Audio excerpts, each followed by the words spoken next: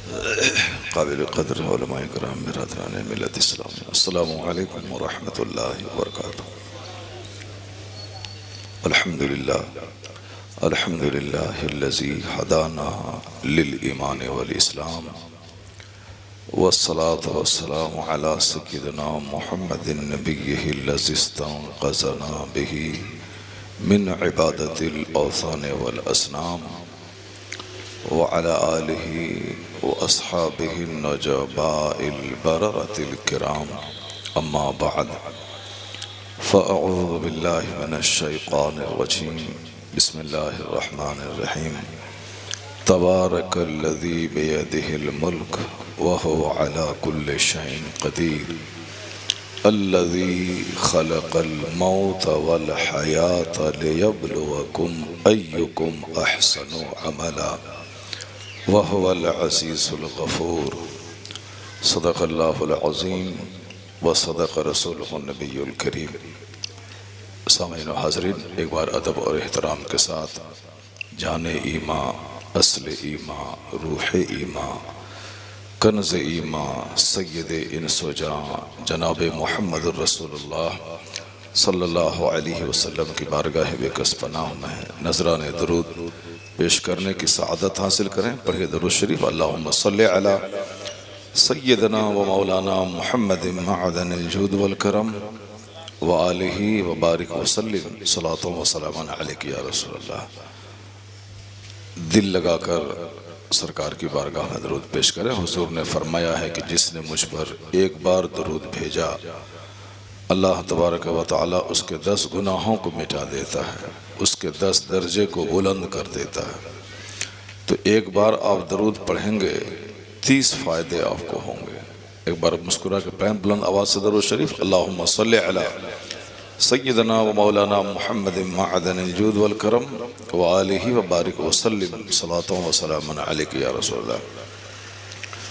इस महफिल चहल्लुम में आपकी तशरीफ़ आवरी हुई, आपने साहिब खाना की दिलजोई की, अपने लिए नेकियों का ज़ख़ीरा जमा किया, इस्लामी गुफ्तगू सुनकर अपने ईमान को ताज़गी अता की। अल्लाह तबारक व तआला इस महफिल को कबूल फरमाए और कारी रिज़वान साहब और उनके भाइयों की वालदा को अल्लाह तबारक व तआला जन्नतुल फिरदौस में आला मकाम अता फरमाए। उनके बाल बच्चों को इस कार खैर का बेहतरीन सिला अल्लाह अता फरमाए। अभी आपने मौलाना इमरान हनफी साहब की ज़बानी बड़ी अच्छी गुफ्तगू आपने समाअत की। थोड़ी देर मुझे भी आप सब्र के साथ बर्दाश्त कर लें, ये आपकी नवाजिश होगी।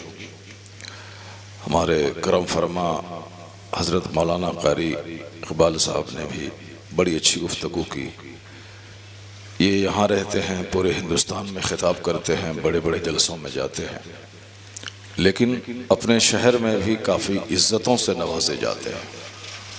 अक्सर ऐसा होता है कि बाहर तो इज़्ज़त मिलती है आदमी को, लेकिन अपने शहर में, अपने मोहल्ले में उनकी पूछ कम होती है। लेकिन कारी इकबाल साहब ऐसे लोगों में हैं जिनकी इज़्ज़त बाहर भी होती है, उसी तरह अपने दयार में भी उनकी इज़्ज़त में कोई कमी नहीं होती। आपने उनके खिताब को भी बहुत गौर से सुना। अल्लाह तबारक व तआला आपकी इस समाअत को और मज़ीद बेहतर बनाए। बस थोड़ी देर इस फ़कीर की गुफ्तगू समाअत कर लें। रोज़ाना तो बंदा सोता ही रहता है, कभी कभी इस तरह की महफिलें सजती हैं जहाँ ज़िंदगी सजाने और संवारने की बातें होती हैं। वैसे तो आजकल लोग टेंशन से भरी हुई ज़िंदगी गुजारते हैं और उस टेंशन को दूर करने के लिए और मज़ीद ख़तरनाक राहों का इस्तेमाल करते हैं। गम से भरी हुई ज़िंदगी, कोई मोबाइल देखकर चाहता है कि मेरा टेंशन दूर हो जाए, कोई रात भर टेलीविज़न के पर्दों से चिपक के रहकर चाहता है कि मेरी तकलीफ़ दूर हो जाए, कोई शराब की बोतलों में चैन ढूंढ रहा है, कोई साहब दोस्तों की महफिल में कॉमेडी सुनकर सुकून तलाश कर रहा है, कोई रात रात भर बाइक पे घूमकर शोर हंगामा करने में सुकून तलाश कर रहा है। लेकिन सारी दुनिया को मालूम है कि लोगों का बनाया हुआ अपना तरीका सुकून देने में नाकाम हो चुका है। इसलिए लोग खुदकुशी की राह पे चल पड़े हैं कि मैं रात रात भर मैं शराब पिया मगर चैन नहीं मिला, मैं रात रात भर जागकर मैंने फिल्में देखी मगर करार नहीं मिला। तो अब एक ही रास्ता रहा है, खुदकुशी करना यानी मर जाना। बड़ी तेजी के साथ पूरी दुनिया में सुसाइड के वारदात बढ़ रहे हैं। तो इस्लाम कहता है कि क्यों खुदकुशी कर रहा है, क्यों तुमने चैन हासिल करने के लिए गलत रास्तों का सिलेक्शन तुमने किया। सुकून और चैन का सबसे बेहतरीन रास्ता है कि जिस रब ने तुझको पैदा किया है उस रब का जिक्र करके देख ले कि अल्लाह कहाँ से सुकून अता फरमा देता है। दिल की खुराक है अल्लाह का जिक्र जी, दिल की ग़िज़ा है अल्लाह रब्बुल इज़्ज़त की याद। जिसने भी इस राह को सुकून के लिए चुना वो कभी खसारे में नहीं रहा। इंसानी तारीख गवाह है कि जिसने भी अल्लाह की इबादत, अल्लाह के जिक्र को सुकून का रास्ता तलाश किया वो कभी खसारे में नहीं रहा, वो कभी घाटे में नहीं रहा। अल्लाह जन्नत तो उन्हें मरने के बाद देगा, इस दुनिया में इज्जतों से नवाजता है, इस दुनिया में गरीबी में बादशाहत से नवाजता है, इस दुनिया में उनका चेहरा रंग के एतबार से काला क्यों न रहे मगर अल्लाह तबारक व तआला गुलाब की तरह उसके चेहरे को खिला देता है। ये वो रास्ता है अल्लाह का जिक्र का रास्ता। इसलिए जब भी इस तरह की महफिलें कहीं मिले उसको अपने लिए गनीमत समझकर उस महफिल से वाबस्ता कर देना चाहिए। मुमकिन है कि कोई घड़ी खुसूसी रहमत के नुज़ूल की हो, उस रहमत की घड़ी को बंदा पा ले तो मेहनत तो एक लम्हे की होगी लेकिन जो उसका बदला होगा उसका असर सैकड़ों साल तक महसूस किया जाएगा। मुमकिन है कि कभी आप बैठे रहिए बंदा जुर्म वक्ती तौर पर करता है, नारे तकबीर, नारे रिसालत, फैज़ानी गौसे आज़म, मसलके आला हजरत, नबीरे आला हजरत, शहजादे आला हजरत, हुजूर अहसन मियाँ साहिब किबला, हुजूर साहिबे सज्जादा, आमदे हुजूर अहसन मियाँ साहिब किबला। नारे तकबीर। आप लोग बैठ जाइए, बैठ जाइए, अभी हजरत बाद में आएंगे इंशाल्लाह, बैठ जाएं, बैठ जाएं। हजरत अभी क़यामगाह पे जाएंगे और फिर वहाँ से थोड़ी देर के बाद स्टेज पर आएंगे। भरपूर दिल खोल कर आप हजरत का दीदार करेंगे, हजरत की दुआओं से आप माला माल होंगे। पहले इस फ़कीर की गुफ्तगू आप समाअत कर लें। सारे लोग खामोशी इख्तियार करके रखें और गौर से सुने। एक बार जोर से बोलें सुभान अल्लाह, सुभान अल्लाह। दरूशी पढ़ें अल्लाहुम्मा सल्लि अला सय्यिदना व मौलाना मुहम्मदिन मअदनिल जूद वल करम व आलिहि व बारिक व सल्लिम सलातन व सलामन अलैका या रसूल। मैं अर्ज़ कर रहा था कि दिल को सुकून मिलता है अल्लाह के जिक्र से और इस तरह की महफिलें बहुत कम दुनिया में मुनक़िद होती हैं। खेल तमाशे की महफिलें हमेशा होती हैं। आज भी लोगों ने तमाशा देखा है, चाहे खेल हिंदुस्तान पाकिस्तान के दरमियान हो या अमेरिका और साहब मलेशिया के दरमियान हो। खेल खेल है, वो एक तमाशा है। ऐसा नहीं कि मेरा भारत हार जाए तो मैं गमगीन हो जाऊं, पाकिस्तान जीत जाए तो मैं खुश हो जाऊं, अमेरिका हार जाए तो मैं नाराज़ हो जाऊं, ब्रिटेन जीत जाए तो मैं खुश हो जाऊं। खेल है, तमाशा है। वो तमाशा चाहे मेरा भाई जीते वो तमाशा तमाशा है, चाहे कोई दूसरा जीते तमाशा तमाशा है। उस तमाशे से हमको कोई लेना देना नहीं। हमारा सबसे बड़ा मिशन है कि अच्छा काम अगर मेरा भाई कोई करता है तो दिल को खुशी हासिल होती है।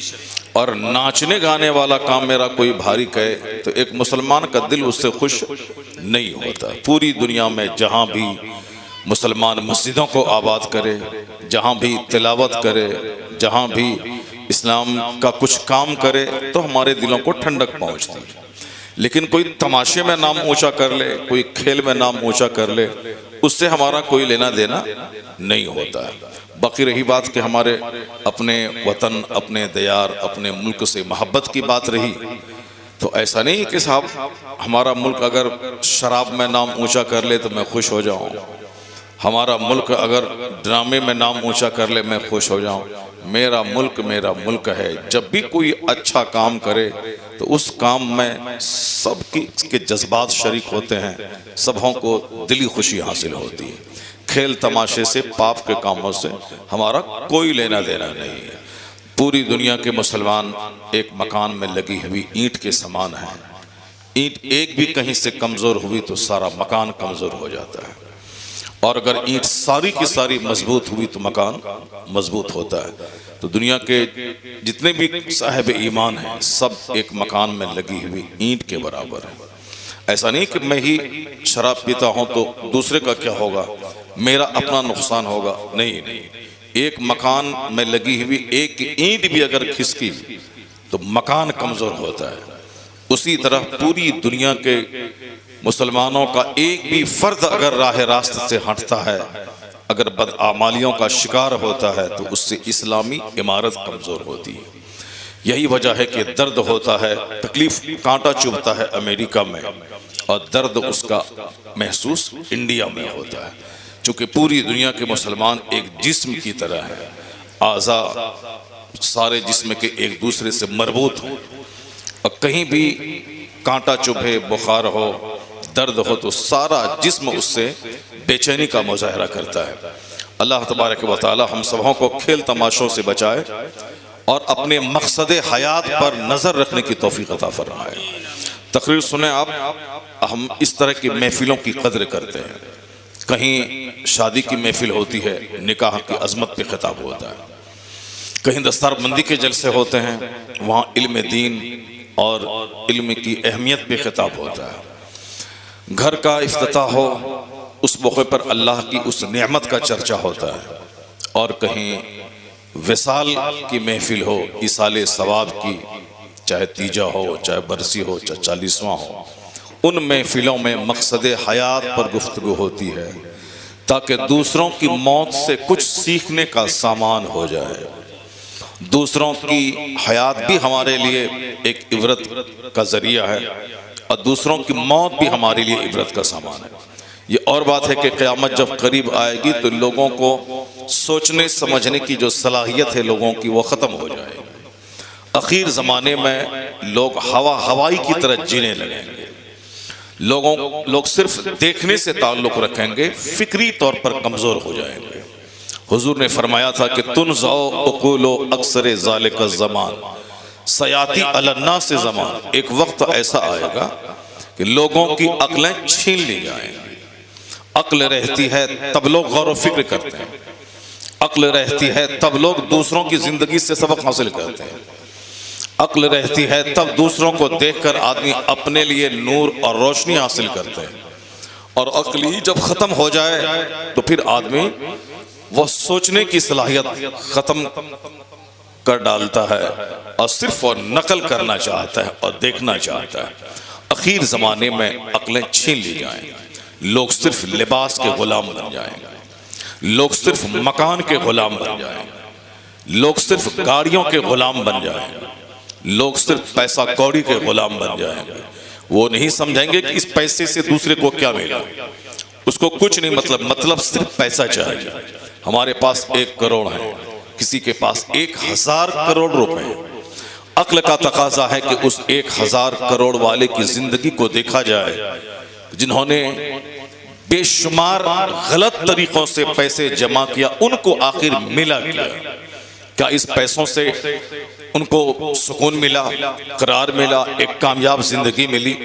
सोचने की बात यह है, करोड़ों रुपए कमाने के बाद भी एक मायूस कुन जिंदगी, एक ऐसी जिंदगी जिसमें खुशी का नाम नहीं, एक ऐसी जिंदगी जो सरासर हसरत और मायूसी और नदामत से भरी हुई जिंदगी, यानी कामयाब जिंदगी और नाकाम अंजाम। जिंदगी में तो अच्छा खाया पिया, गाड़ी से चला, ऑफिस में बैठा, लेकिन एक अफसोसनाक मौत, सडन डेथ, अचानक मौत, सारी चीजें छोड़कर खाली हाथ जाने वाली मौत, यानी उसकी मौत से मुझे एक पैगाम मिलता है। जो 10,000 करोड़ रुपए की प्रॉपर्टी रखता था, उनका अंजाम ये हुआ, तो 10 करोड़ रखने वाला इसकी क्या औकात है उसके सामने? ये क्यों सोचता है कि मैं एक बहुत बड़ी कामयाब जिंदगी में बसर करूंगा? जब दुनिया में अक्ल घटती है तो दौलत की चाहत बढ़ती है, जब अक्ल बढ़ती है तो शहवत, अक्ल घटती है तो शहवत बढ़ती है। यानी आखिर जमाने में जब अक्ल घटेगी तो सिर्फ शहवत की बात है, ख्वाहिशात की तकमील की बात है, सिर्फ लग्जरियस लाइफ की बात है, सिर्फ गुड्स की बात है, सिर्फ अपनी रिक्वायरमेंट्स की बातें होंगी और फिर सेक्स की फुलफिलमेंट की बातें होंगी। आज की तारीख में देख लें, जहां भी जाएं, अक्सर लोगों के सामने सिर्फ ख्वाहिशात की बातें, तबई मैलानात की बातें और जिनसी ख्वाहिश की बात है, सेक्सुअल बातें, लव अफेयर्स, ताल्लुकात, नाजायज ताल्लुकात, इस्मत रेजी की बातें, चाहे मीडिया में हो, चाहे 10 लोग आपस में बैठे हैं, चाहे हंसी मजाक में हो, हर जगहों पे बड़ी बातें छोड़कर सिर्फ वो हैवानी ख्वाहिशात की बातें होती है। रास्ता चलते पुलिस वाले बैठे हों, उनकी गुफ्तगू को 5 मिनट गौर से सुने, वहां भी सिर्फ ख्वाहिशात की बात है, या तो जमीन खरीदारी की, या गाड़ी खरीदने की, या बेटी की शादी में खूब आला ढंग से फजूल खर्ची करने की, या फिर जिनसी ख्वाहिशात की। यानी होता है हर जगहों पे। अक्ल जब पुख्ता होती है तो आदमी जमीन पे गौर करता है, आदमी आसमान पे गौर करता है, आदमी अपनी लाइफ पे गौर करता है, आदमी दूसरों के डेथ पे गौर करता है, आदमी इस दुनिया में आने वाले भूचाल, आंधी तूफान पे गौर करता है, बिन बताए ज़लज़ले की हकीकत और सच्चाई पे गौर करता है। अचानक मौत किस चौराहे, किस गली, किस घर में आ जाए, उस मौत के बारे में सोचता है। तो आदमी की अक्ल जिंदा रहती है। और इसी को हुजूर ने कहा था कि जो दिन में 20 बार मौत को याद करेगा, वह शख्स अंदर से इतना आला हो जाएगा कि चाहे अपने बिस्तर पे अपने घर ही में क्यों ना मर जाए, अल्लाह उसे शहादत का मर्तबा अता फरमाएगा। जो रोजाना 20 बार मौत को याद करता हो। अभी देख लें कि मुसलमान हो या गैर मुस्लिम की तो बात ही नहीं करनी है, जो कलमा पढ़ने वाले लोग हैं, इनसे मेरी बहस है कि इनका हाल आप देख लें कि घर में 24 घंटे गुजर जाते हैं, एक बार भी मौत का चर्चा नहीं होता है, और अगर कोई चर्चा कर डाले तो उसको बुरा माना जाता है कि साहब मजे को क्यों किरकिरा कर देते हो, वो तो जब आनी है आ जाएगी, लेकिन अभी वक्ती लज्जतों को खत्म कर देना क्यों चाहते हो तुम? जबकि हुजूर ने कहा था कि अक्सरू जिक्र हादिमी लज्जातिल मौत।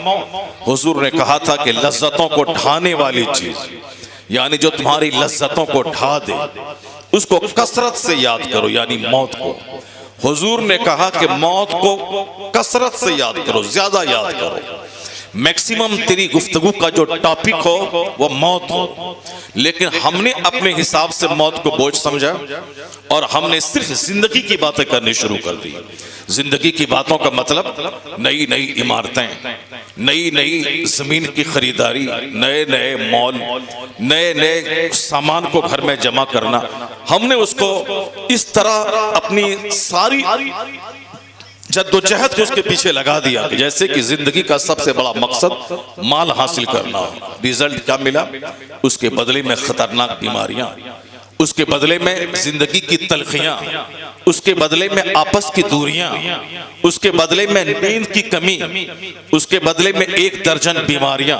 चूंकि हमने सुकून का ये रास्ता ज्यादा से ज्यादा माल चाहिए ने हमने अपने से चुना है, हमने फिल्म के एक्टर को देखकर चुना है, हमने पॉलिटिकल लीडर की बातों को सुन के चुना है, हमने दुनिया की किताबों को पढ़ने के बाद हमने चुना है, हमने अपने सराउंडिंग्स आसपास के लोगों को दौलत के मुकाबले में जीते हुए देखकर मैंने उनको देख करके उस रास्ते को चुना है।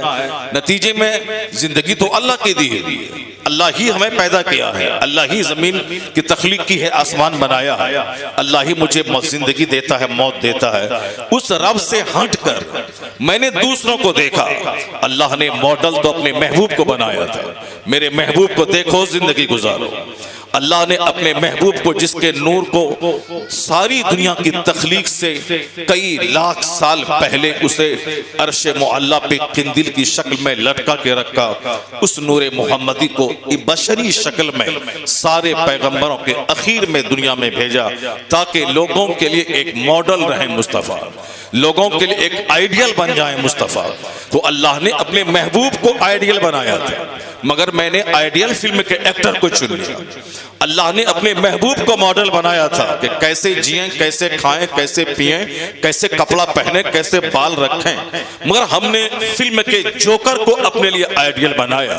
वो अगर नंगा रहे तो मैं भी नंगा रहता हूँ, वो अगर नया कपड़ा फटा हुआ पहने तो मैं भी वैसा पहनता हूँ, वो अगर जोकर की तरफ बाल चारों तरफ से मुंड के रखे तो मैं भी वैसा रखता हूँ। उनकी बहू बेटियां अगर चड्डी पहन के सड़कों पे चले, मैं भी अपनी बहन बेटियों को चड्डी पहनवाता हूँ, क्योंकि हमारे लिए मॉडल व फिल्म का एक्टर और फिल्म की एक्ट्रेस बन गई है। अल्लाह ने तो महबूब को मॉडल बनाया था। जमीन का खालिक अल्लाह, सारी दुनिया का मालिक अल्लाह, इस इंसान को एक कतरे जलील से पैदा करने वाला अल्लाह, यानी इस इंसान की तख्लीक कैसे हुई है, अल्लाह ने कुरान करीम में कई जगहों पे इसका जिक्र किया है कि मैंने तुझको पैदा कैसे किया है, ताकि मेरा बंदा चाहे दुनिया में गरीब रहे या अमीर, बादशाह रहे या फकीर, वो अपनी बुनियाद को कभी नहीं भूले कि मेरी स्टार्टिंग कहानी कैसी है, मैं पैदा हुआ कैसे हूं।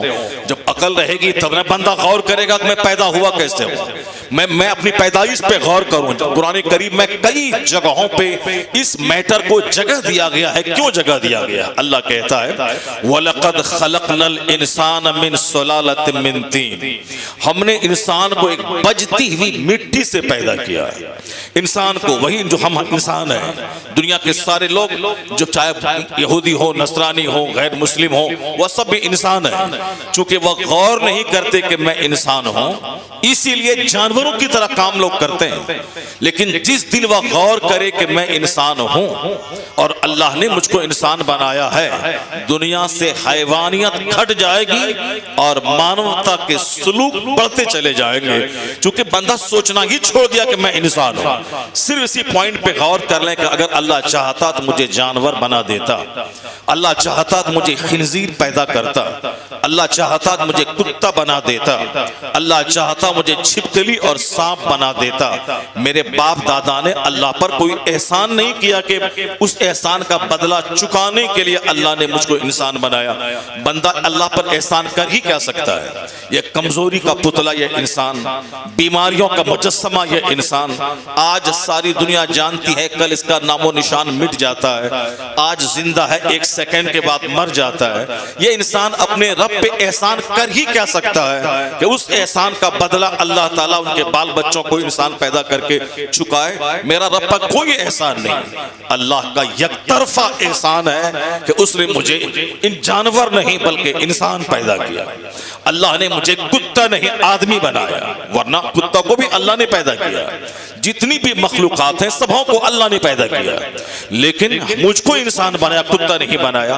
इसी पॉइंट पे अगर दुनिया के सारे लोग गौर करें कि अल्लाह ने मुझे सांप नहीं इंसान बनाया, तो इंसान बनकर सांप की तरह दूसरों को डंक नहीं मारेगा, इंसान की शक्ल में दूसरों को अपनी जबान से डंक नहीं मारेगा, अपने हाथ से कष्ट नहीं पहुंचाएगा, दूसरों को तलवार से ज़बह नहीं करेगा, वह दूसरों को अपनी थ्योरी से उसे तबाह बर्बाद करने का प्लान नहीं बनाएगा।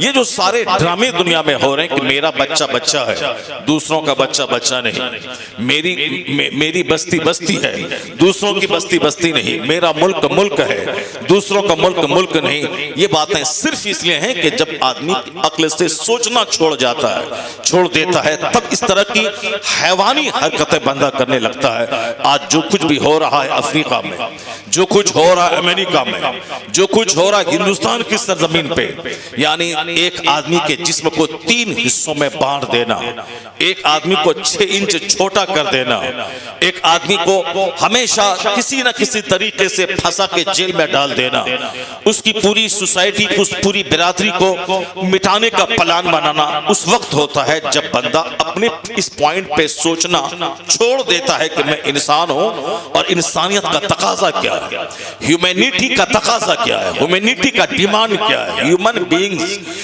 ह्यूमैनिटी इसकी क्वालिटी है, इसकी खसलत है, इसे क्या करना चाहिए वह सोचना छोड़ देता है। हुजूर ने कहा था कि आखिर जमाने में लोगों की अकलें छीन ली जाएंगी, जब अकल छीन ली जाएंगी तो सिर्फ आदमी बर्गर खाएगा, सिर्फ आदमी चाउमीन खाएगा, सिर्फ आदमी शराब पिएगा, सिर्फ आदमी ताश खेलेगा, सिर्फ आदमी रात में नाइट क्लब का रुख करके डांस करेगा ताकि हम रिफ्रेश हो जाएं, तरोताजा हो जाएं। वह भूल जाएगा कि नाचते नाचते बंदा मर गया, शराब पीते पीते आपस में कत्ल हो गया, ताश खेलते खेलते दौलतें बिक गई, जमीन लूट गई, यहाँ तक कि बीवी और बेटियों को दांव पे लगाना पड़ा। ये आदमी सोचना छोड़ देगा, वह सिर्फ उसको बर्गर और चाउमीन, चाहे लीवर डैमेज हो, चाहे उसका हार्ट डैमेज हो। आज सारे डॉक्टरों के पास जाने के बाद अक्सर डॉक्टर यही कहते हैं कि अगर हार्ट की बीमारी से बचना है, जो जंक फूड है इसको खाना छोड़ दें, जो भी अननेसेसरी गैर जरूरी चीजें हैं उसको इस्तेमाल करना छोड़ दें। यानी डॉक्टर कहते हैं सिगरेट पीना छोड़ दें, डॉक्टर कहते हैं बीड़ी पीना छोड़ दें, डॉक्टर कहते हैं कि गुटखा खाना छोड़ दें। अगर लीवर की सेफ्टी चाहिए, अगर हार्ट की सेफ्टी चाहिए, अगर इंटेस्टाइन की सेफ्टी चाहिए, अगर बसारत की सेफ्टी चाहिए, अगर चाहते हैं कि समाज बरकरार रहे तो इन अननेसेसरी चीजों को छोड़ दें, गैर जरूरी चीजों को छोड़ दें।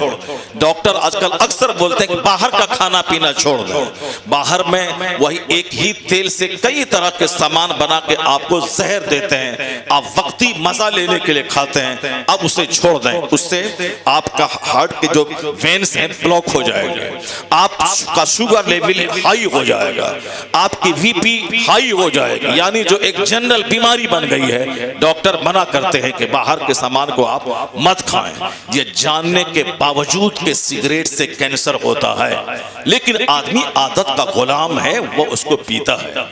ये जानने के बावजूद कि पानी पूरी खाने से बहुत सारे नुकसानात होते हैं, लेकिन आदमी आदत का गुलाम है, उसको खाना पड़ता है।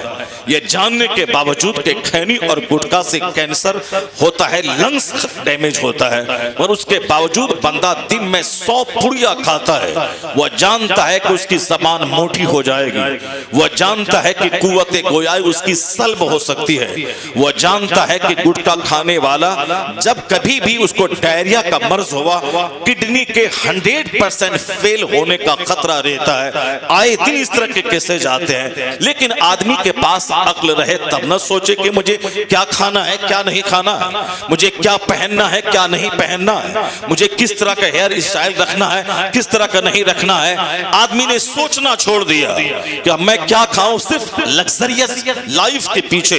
पीने में मजा आता है, ये खाने में मजा आता है, घूमने में मजा आता है। तो आज जब इस घूमने का गलत असर सेहत पे, सोसाइटी पे पड़ा, तब डॉक्टर चीखते हैं कि खबरदार रात में 10 से ज्यादा ना जागें और जल्दी सुबह उठने में दिक्कत होगी, इससे आपकी हेल्थ चूर चूर हो जाएगी। आज 18 साल का जवान देखें, बिल्कुल चेहरा जैसे लगता है मुर्दार की तरह, आंखें धसी हुई, चेहरा चिपका हुआ, ऐसा लगता है कि रात भर नींद लेने के बाद भी ये मायूसियत का शिकार है। सेहत हासिल करने के लिए दूसरी कौमें बेदार हो गई। अब साहब वो रामदेव जी के पास उत्तराखंड जा रहे हैं, रामदेव जी कहते हैं कि नेचुरल रिसोर्सेज की तरफ आओ, यानी कुदरती चीजों की तरफ आओ। जो चीजें नेचुरल हैं, जो चीजें आर्टिफिशियल हैं, उसको छोड़ दिया जाए, बनावटी चीजों को छोड़ दिया जाए और नेचुरल चीजों के पास आए और आप नेचुरल एनवायरनमेंट में आप घूमें, यानी आप सुबह सवेरे जन्नती हवाओं में रहें। एसी की हवा ये आर्टिफिशियल हवा है, फैन की हवा ये आर्टिफिशियल हवा है, रात में 8 घंटे फैन के नीचे हैं, बदन सुबह सवेरे ऐंठने लगता है। एसी में आप रहें, अंदर से 8 घंटे सोने के बाद एक उलझन सी महसूस होती है, लेकिन सुबह की ठंडी हवाओं में आप घूमें, ऐसा लगता है जैसे जन्नत से सीधी हवा उसकी सेहत को दुरुस्त कर रही होती है। लोग कहते हैं सुबह की हवा एक तरफ, करोड़ों रुपए की दवा एक तरफ। जब आज सेहत खराब होने लगी तब डॉक्टरों ने कहा कि गैर जरूरी सोना छोड़ दीजिए, गैर जरूरी खाना छोड़ दीजिए। जब आपस में तकरार बढ़ने लगी तो डॉक्टरों ने कहा गैर जरूरी टॉक छोड़ दें। यानी कोरोना काल में पुलिस वाले डंडा मार मार कर रात के 9 बजे के बाद से लोगों को कहते थे घर जाओ, घर में रहो, सेफ रहो, घर में रहो, सेफ रहो, यानी बिल्कुल सुरक्षित रहो, बाहर मत घुमा करो। समंदर में जुहू चौपाटी के किनारे रात के 9 बजे के बाद लोग 2-2 बजे रात तक घूमते थे। पुलिस वाले डंडा मार मार के कहते थे घर में रहो, सेफ रहो, अपने घर में आइसोलेट रहो, सेफ रहो, यानी बाहर की हवाओं से बचते रहो। यही काम 1400 साल पहले पैगंबर आजम ने किया था। हुजूर ने कहा था, आज की तारीख में कहते हैं गैर जरूरी खाना, गैर जरूरी बोलना, गैर जरूरी पहनना, गैर जरूरी घूमना, ये तबाही का जरिया है। सेहत जाएगी, सुकून जाएगा, समाज में जीने की लज्जतें जाएंगी, जिंदगी की रंगीनियां खत्म हो जाएंगी। गैर जरूरी चीजों को छोड़ दो। जरूरी है रोटी चावल, जरूरी है चाउमीन नहीं, बर्गर नहीं, और गैर शराब नहीं, गैर गुटखा नहीं, गैर जरूरी चीजों को छोड़ दे अगर जिंदा रहना है। गैर जरूरी दोस्ती, गैर जरूरी कपड़ा पहनना, गैर जरूरी दूसरों से ताल्लुकात कायम करना, अननेसेसरी चीज जो नेसेसरी एसेंशियल है उसको अपनाए, जो गैर जरूरी को छोड़ दें। कुर्बान रहमते तो आलम सल्लल्लाहु अलैहि वसल्लम की ज़ात गिरामी पे कि 1500 साल पहले न अमेरिका का वजूद था, न चाइना जापान के इल्म की कोई कहानी थी, हिंदुस्तान में एक मकतब तक नहीं था। 1500 साल पहले नालंदा यूनिवर्सिटी का नाम मिलता है, बुद्धिस्टों की एक छोटा सा मकतब है, उसी का नाम नालंदा यूनिवर्सिटी है। वो भी उसकी कहानी भी 1100 साल की है। 1500 साल पहले हिंदुस्तान में न यूनिवर्सिटी थी, न कोई कॉलेज था, न अमेरिका नाम का कोई मुल्क था। अमेरिका नाम के मुल्क का पता 1495 में कोलंबस ने लगाया है कि अमेरिका नाम का कोई मुल्क है। चाइना जापान में विकास नाम की कोई चीज नहीं थी। हिंदुस्तान में एक भी इंजीनियर उस वक्त मौजूद नहीं था। न फिजिक्स, केमिस्ट्री, बायोलॉजी का नाम दुनिया जानती थी, न एस्ट्रोलॉजी, न एस्ट्रोनॉमी का नाम दुनिया जानती थी। यानी शिक्षा के क्षेत्र में अनभिज्ञ थी, अज्ञानता का अंधकार था, इग्नोरेंस और जहालत का दबदबा था। उस मौके पे दुनिया के सबसे बड़े मुअल्लिम, सबसे बड़े मोहसिन, सबसे बड़े दुनिया के रिफॉर्मर, सबसे बड़े पैगंबर ने एक पैगाम दिया था। हुजूर ने कहा था मिन हुस्न इस्लामिल मर्इ तर्कहु माला, यानी मुस्तफा ने कहा था एक आदमी के इस्लाम का हुस्न ये है कि गैर जरूरी चीजों को छोड़ दे। यानी एक मोमिन के इस्लाम का हुस्न है गैर जरूरी चीजों को छोड़ दे। तो जहां आज के लाखों दानिश्वर जिस पॉइंट पर आज मुत्तफिक हुए हैं, यही पैगाम तनहा मुस्तफा ने 1500 साल पहले कहा था। यह इस बात की दलील है कि जहां दुनिया तबाही का तमाशा देखने के बाद उसी प्लेटफॉर्म पे लौट के आना चाहती है जो प्लेटफॉर्म मुस्तफा ने 1500 साल पहले अता किया था। सरकार दो जहां दुनिया के सबसे बड़े मुस्लिम, आकाए दो जहां दुनिया का सबसे बड़ा रिफॉर्मर। इसलिए हमारे लिए मॉडल कभी कोई फिल्म का एक्टर नहीं हो सकता है, हमारे लिए मॉडल कभी कोई एक्ट्रेस नहीं हो सकती है, हमारे लिए नमूना कभी कोई पॉलिटिकल लीडर नहीं हो सकता है, कभी कोई इब्राहिम लिंकन मेरे लिए कोई लीडर नहीं हो सकता है, हमारा आइडियल नहीं हो सकता। लीडर हो सकता है वो समाज का, मगर हमारे लिए आइडियल नहीं हो सकता मैं जिंदगी में कैसे गुजारूं। चूंकि उन्हें सिर्फ पॉलिटिक्स से बहस करते हैं, वो सिर्फ राजनीति से बहस करते हैं, सिर्फ कुर्सी हासिल करना उनका मकसद है। कैसे ढेर दिनों तक मैं सत्ते में बना रहूं, कैसे ढेर दिनों तक मेरी गवर्नमेंट कायम रहे, उसके लिए चाहे मानवता के उसूल की धज्जियां उड़ानी पड़े वो उड़ा देता है। उसके लिए चाहे जिस कलमदान का गलत इस्तेमाल करना पड़े वो कर जाता है। मकसद उसका जलील होता है थोड़ा सा कि ज्यादा दिनों तक मेरी हुकूमत कायम रहे।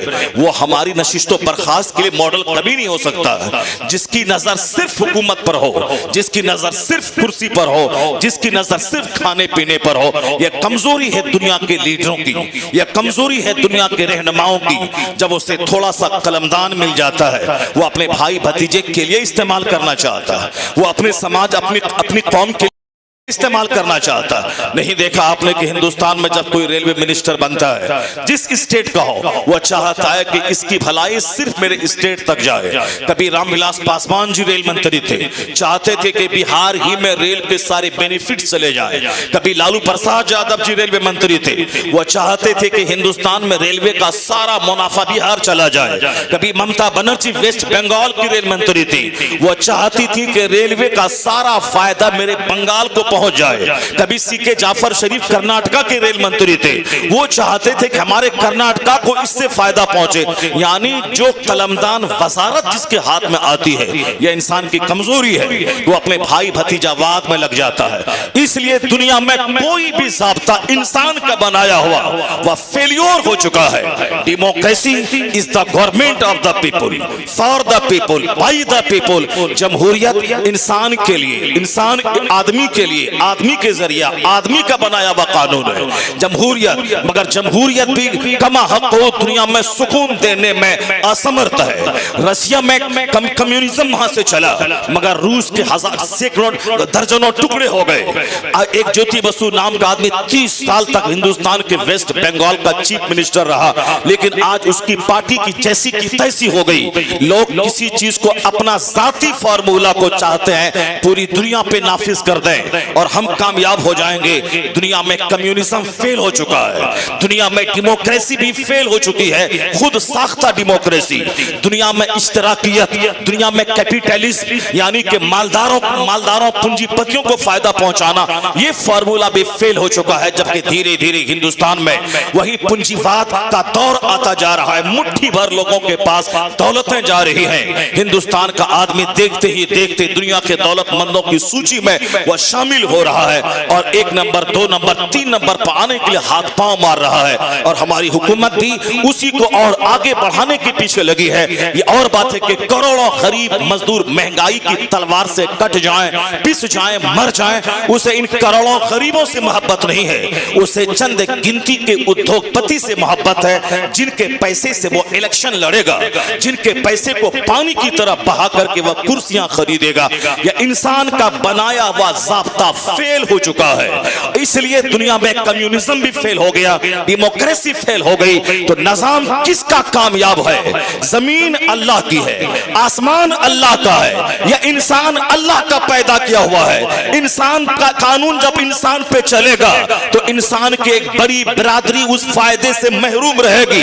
लेकिन जब इंसान के खालिक का कानून चलेगा तो अमेरिकियों का भला होगा, हिंदुस्तानी का भला होगा, चाइनीज का भला होगा। क्योंकि अल्लाह का कानून है वह सारे बंदों के लिए भला होगा। इसलिए अल्लाह ने अपने महबूब को रहमतुल लिल आलमीन बना के भेजा कि देख मुस्तफा को कैसे खाते हैं, कैसे पहनते हैं, कैसे जीते हैं, कैसे चलते हैं, कैसे जद्दोजहद वाली जिंदगी गुजारते हैं। मुस्तफा को कोई क्रिश्चियन भी देखे जन्नत भले ना मिले दुनिया में कामयाब हो जाएगा। मुस्तफा को यहूदी क्यों ना देखे भले जन्नत नहीं मिलेगी बदअकीदगी कुफ्र की वजह से मगर दुनिया में कामयाब होगा। मुस्तफा को कोई गैर मुस्लिम देख के जिंदगी गुजारे जन्नत नहीं मिलेगी मगर दुनिया में अच्छी जिंदगी मिलेगी, उसको एक कामयाब जिंदगी गुजारेगा।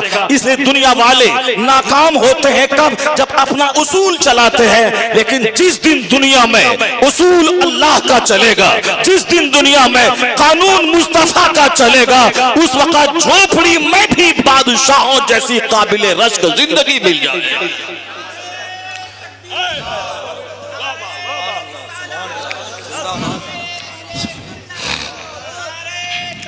यही वजह है कि जो हक पसंद लोग हैं, जो अक्ले सलीम से काम लेते हैं, जिनके पास बसारत है, जो कंसिडरेशन से काम लेते हैं, जो रिफ्लेक्शन से काम लेते हैं, जो थिंकिंग से काम लेते हैं, यानी जो सोचते हैं, रिसर्च करते हैं, डिस्कवर करते हैं, गौर व फिक्र करते हैं, उन लोगों की बोली कुछ और होती है। और जिनकी अक्लें छीन ली जाती हैं, उनकी बोली कुछ और होती है। जैसे हिंदुस्तान में चंद लखेरों की अक्लें छीन ली गई। इन लुच्चों लफंगों ने उनकी जिंदगी के खिलाफ कीचड़ उछालना शुरू किया। किनकी जिंदगी? जिनकी जिंदगी बेदाग थी, जिनकी जिंदगी में किसी किस्म का कोई दाग नहीं था, जो रात रात भर सिर्फ इबादत करें, जिसके पाए अक़दस सूज जाएं, जिनके चूल्हे में 2-2 महीने तक आग नहीं सुलगती हो, जो सिर्फ पानी और खजूर पे गुजर बसर करते हो, जिनका बचपन लाजवाब, जिनकी जवानी लाजवाब, नबूवत के ऐलान से पहले वाली 40 साल जिंदगी सिर्फ नेकियों से इबारत थी, ऐलान नबूवत के बाद वाली जिंदगी वह भी सिर्फ नेकियों से इबारत है। एक ऐसा शख्स जो कमाता है नबूवत के ऐलान से पहले, ताकि गरीबों को खिलाए, ताकि बेवाओं को दे, ताकि मिस्कीनों को दे, ताकि मेहमानों की खिदमत करे। यानी सरकारे दो जहां, जब आपकी उम्र 12 साल की थी, अपने चचा के साथ जब आप बसरा गए, चचा के साथ मुल्क शाम गए, चचा के साथ यमन गए, उस वक्त बिजनेस करते थे, नबूवत का ऐलान नहीं हुआ था, आपकी बिल्कुल चढ़ती हुई जवानी है, लेकिन पैसा कमा के करते क्या थे?